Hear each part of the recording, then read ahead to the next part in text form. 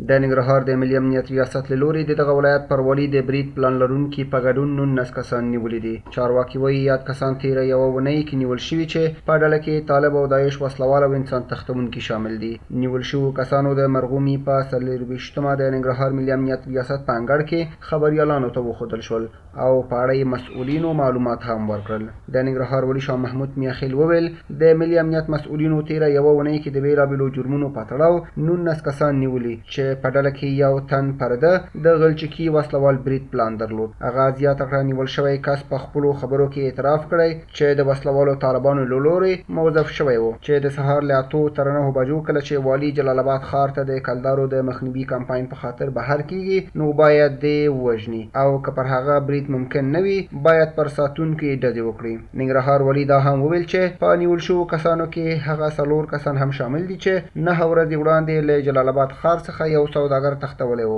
او دغه راز د انسان تښتونې 2 نورو قضیو کې د یوې میرمنې په ګډون 6 نور انسان تښتونکي هم شامل دي. میاخیل وایي نیول شوو کسانو کې 6 تنه وسلوال طالبان او یو داعش دی چې پرده بریدګر هم د وسلوالو طالبانو د ډلې غړی او اصلا د شیرزاد ولسوالۍ اوسیدونکی دی. په تیر یوه اونۍ کې 19 کسه په ننګرهار کې نیول شوي دي چې دې کې اختطافګر هم شته دی، داعش یو قسم دی او د طالبانو کسان دي چې غوښتل چې د ولایت په مخ کې یا ما یا بل کوم څوک هلته هدف یعنې ونیسي او کله چې موږ وځو بیا موږ یعنې هلته خپل هغه شوم اهداف ترسره کړي. خو الحمدلله د امنیت ملي لخوا هغې ونیول شو او تاسې په خپل هغې سره خبرې کولی شئ. په دې کې یو کس جلات خان چې د درینور د ولسوالۍ دی 9 ورځې مخکې اختطاف شوی او بیا د دې کشفي دارو معلومات چې بالاخره ترلاسه کړل دا په لغمان کې وو. بیا په نن شپه د هغې په کور باندې پیدا یې کړه او هلته عملیات وکړل. دا یې هم راخوشي کړه او څوک چې اختطافګر وو د ښځو په شمول هغې هلته ونیول او هغه تحقیق لاندې دي. د دې نه علاوه 3 کسه چې عزت الله د خوږیاڼو دی او انعام الله د سرو رود دی او یوه ښځه چې دی هم یو صحت الله په نوم یو 9 کلن ماشوم تښتولی و دا هم ونیول شول. 3 کسه نور انسان تښتونکي شوکت او محمد عظیم چې د حصارک د ولسوالۍ دي او محب الله د سرو رود ولسوالۍ اوسېدونکی دی غوښتل چې یو سوداګر وتښتوي. هغه هم د مخکې دی نه چې دی دغه سوداګر وتښتی دی ونیول شول. 6 کسه نور طالبان په دې ورځو کې نیول شوي دي چې یو ماین یې خوده تاسې ورسره خبرې کولی شئ او دغه بل کس چې هدفي وژنه یې کوله د ولایت په مخ کې د پاکستان چوک سره هغه حکمت الله نومیږي د شیرزادو د ولسوالۍ دی او دا یو کس مخکې پخوا محمد چې په انګورباغ کې یو جومات کې مؤذن و د هسکې مینو هغې هم شهید کړی و دا ونیول شول او یو کس داعش سره واصل نومیږي چې د بټي کوټ د ولسوالۍ دی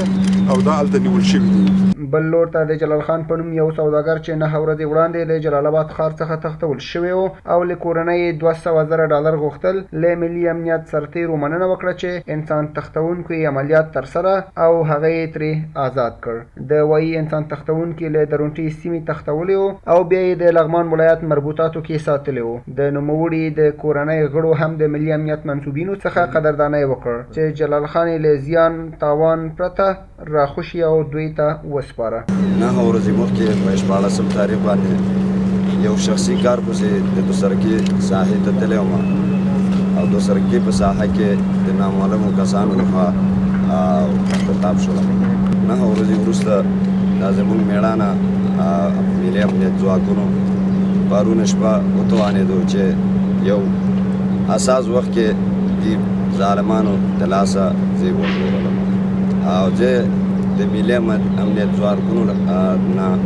په ډېره زړه اخلاصه مننه کوم. تنکي ځوان حکمت الله چې د ننګرهار د شیرزاد ولسوالۍ اوسیدونکی دی په نیول شوو کسانو کې دی او پلان یې درلود چې د جلال آباد ښار د لومړۍ ناحیې اړوند ولایت مقام مخې ته پر والي برید ترسره کړي. هغه وویل ماته یې وویل والي د سهار له 8 تر 9 بجو له ولایت راوځي او ښار کې د کلدارو کمپاین کوي. سپین موټر یې له ولایت راووته، یو پهلوان سړی به پکې ناست وي، ګیرې کلوي هماغه به وولې، که هغه ونه شو عسکر به یې وولې، خو زه مخکې د دې چې حمله وکړم یو پولیس را باندې شکي شو ونیولم. ما ته ویلې مخکې نه چې د ولایت خولې سره یو ګاډی راځي سپین ګاډی په هغې کې پهلوان سړی وي ګیرې خریلې وي او دا به ته نو له منځه یوسي او که دا نه وي نور کارکوونکي له منځه یوسي خو کار به وکړي. زه چې راغلم د ولایت مخې ته راغلم پولیس په ما شکي شولو. مخکې تر دې چې د خپل هدف ته ورسېږم پولیس ما ته ویلي څنګه